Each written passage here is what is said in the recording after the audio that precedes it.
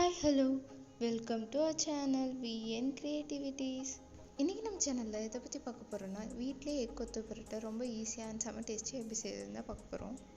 கொத்து பரோட்டா தானே அது கடையில் வாங்கிக்கலாம் அப்படின்னு நீங்கள் நினைக்கிறீங்களா? கடையில் ஒரு பரோட்டாவோட காஸ்ட் மினிமம் வந்து 10 rupees தான். அதே 10 rupees பரோட்டா 2 போட்டு அது கூட ஆனியன், தக்காளி, எக் இதெல்லாம் போட்டு அதை 90 rupees இல்லை 100 அந்த மாதிரிலாம் விற்கிறாங்க. அதே எக் கொத்து பரோட்டாவை நம்ம டேஸ்ட்டாக வீட்டிலே செஞ்சால் அதுவும் கம்மி காஸ்ட்டில் இதை எப்படி செய்யுதுன்னு பார்க்குறதுக்கு முன்னாடி இப்போ தான் நீங்கள் நம்ம சேனலில் ஃபஸ்ட் டைம் பார்க்குறீங்கன்னா மறக்காம சப்ஸ்கிரைப் பண்ணிடுங்க. கூட அந்த பெல் ஐக்கனை கிளிக் பண்ணிடுங்க. அப்போ தான் நான் போகிற வீடியோஸ் நோட்டிஃபிகேஷன் உங்களுக்கு வரும். இதுக்கு ஃபஸ்ட்டு ஒரு வானலியில் கொஞ்சமாக எண்ணெய் ஊற்றிக்கோங்க. எண்ணெய் நல்லா காஞ்சதும் நான் ஒரு பெரிய வெங்காயத்தை வந்து பாக்ஸாக சாப் பண்ணி வச்சுருக்கேன். அது இதோட ஆட் பண்ணிடலாம். அடுத்ததாக இது கூடவே 2 கொத்து கருவேப்பிலை, நான் ஒரே ஒரு பச்சை மிளகாய் வந்து சாப் பண்ணி போட்டிருக்கேன். பச்சை மிளகாய் வந்து உங்கள் காரத்துக்கு எப்போ கூடவோ குறைச்சா போட்டுக்கோங்க. இப்போ இது எல்லாத்தையும் சேர்த்து இந்த எண்ணெயில் வந்து நல்லா வதக்கிடலாம். வெங்காயம் வந்து கண்ணாடி பதம் வர வரல அதை நல்லா வதக்குங்க. இந்த டிஷ்க்கு வந்து நிறைய வெங்காயம் போட்டிருந்தா தான் நல்லாயிருக்கும். அதே மாதிரி வெங்காயம் நல்லா வதங்கினா தான் நல்லாயிருக்கும். ஸோ அதை வந்து நல்லா வதக்கிடணும். இப்போ வெங்காயம் நல்லா வதங்கிடுச்சு. இப்போ இது கூட வந்துட்டு நான் 2 தக்காளி வந்து பாக்ஸாக கட் பண்ணி வச்சுருக்கேன். அதை இதோட ஆட் பண்ணிடலாம். அடுத்ததான் இந்த தக்காளி வேகிறதுக்கு தேவையான அளவு உப்பு சேர்த்துடலாம். நான் இங்கே வந்து ஒரு 1/4 teaspoon அளவுக்கு உப்பு சேர்த்துருக்கேன். இப்போ இந்த தக்காளியை வந்துட்டு நல்லா வதக்கிடலாம். இதுக்கு வந்து நல்லா பழுத்த தக்காளி எடுத்துக்கோங்க, அப்போ தான் வந்துட்டு நல்லாயிருக்கும். அடுத்ததாக இது கூடவே வந்துட்டு ஒரு 1/2 teaspoon வந்து மிளகாய்த்தூள் ஆட் பண்ணுறேன். அடுத்து இது கூடவே ஒரு 1/2 teaspoon வந்துட்டு கரம் மசாலா ஆட் பண்ணுறேன். இப்போ இது எல்லாத்தையும் வந்துட்டு நல்லா மிக்ஸ் பண்ணி விட்டுடலாம். மசாலா பொருள் சேர்த்ததுக்கப்புறமா ஸ்டவ்வை வந்து சிம்மில் வச்சுருங்க, அப்போ தான் வந்துட்டு கருகாமல் இருக்கும். இதுக்கு வந்து தக்காளி ரொம்ப வதங்கணும்னு தேவையில்ல, லைட்டாக வதங்கியிருந்தாலே போதும். இப்போ பாருங்கள், தக்காளி ஓரளவுக்கு நல்லா வதங்கிருச்சு.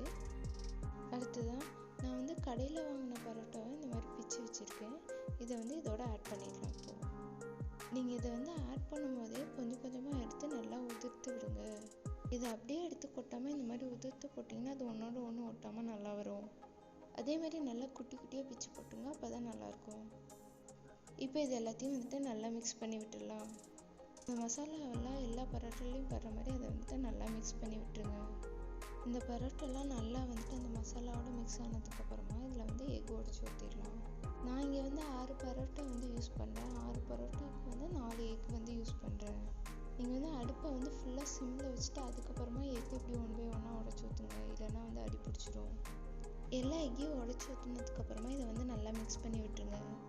நம்ம வந்து பரோட்டா போட்டதுக்கப்புறம் தான் எக்கு போடணும், அப்போ தான் வந்து பரோட்டாவில் எக்கு நல்லா ஓட்டும். நம்ம வெறும் தக்காளியிலே போட்டோன்னா பரோட்டாவில் அந்தளவுக்கு எக் ஓட்டாது, அது ஒரு நல்ல டேஸ்ட்டும் கொடுக்காது. எக்கு ஊற்றினதுக்கப்புறமா அது பரோட்டாவோட நல்லா மிக்ஸ் பண்ணி விடுங்க. எங்கேயும் அது வந்து கட்டி இருந்துடக்கூடாது.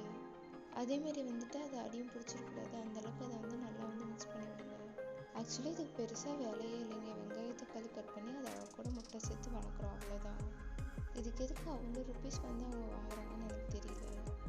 இப்போ வந்து பரோட்டாவை எக்கும் நல்லா மிக்ஸ் ஆகிடுச்சு. இப்போ இந்த ஸ்டேஜில் பரோட்டா கொடுத்த சால்னாவை இதில் வந்து மிக்ஸ் பண்ணி விட்டுடலாம். நீங்கள் இந்த சால்னாக்கு பதிலாக வீட்டிலே கூட செஞ்சு செய்யலாம்.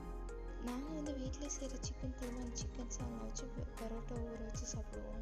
உங்களுக்கு அந்த மாதிரி சாப்பிட பிடிக்கும்னா நீங்களும் அந்த மாதிரி ட்ரை பண்ணி பாருங்கள். சிக்கன் குழம்பு அண்ட் வறுவல் இது 2ஓட ரெசிபி நம்ம சேனலில் நான் போஸ்ட் பண்ணியிருக்கேன். உங்களுக்கு டைம் இருக்கும்போது செக் பண்ணி பாருங்கள். இப்போ அதை சால்னா ஊற்றிட்டு நல்லா மிக்ஸ் பண்ணி விட்டுடலாம். உங்களுக்கு எந்த அளவுக்கு சால்னா வேணுமோ அந்தளவுக்கு நீங்கள் சால்னா ஊற்றிக்கோங்க. ஒரு சிலருக்கு நல்லா சதன்னு சாப்பிட பிடிக்கும், ஒரு சிலருக்கு ட்ரையாக சாப்பிட பிடிக்கும். உங்களுக்கு எந்த மாதிரி வேணுமோ அந்த மாதிரி நீங்கள் சால்னா ஊற்றிக்கோங்க.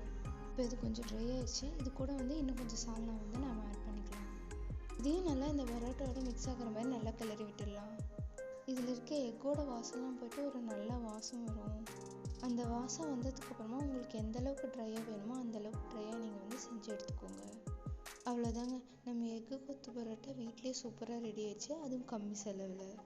நீங்களும் இதை செஞ்சு பார்த்து எப்படி இருந்ததுன்னு எனக்கு கமெண்ட்டில் சொல்லுங்கள். அண்ட் சால்னா வந்து நல்லா இருக்க கடையாக பார்த்து வாங்கிக்கோங்க. அது நல்லா இல்லைன்னா நான் பொறுப்பு இல்லை.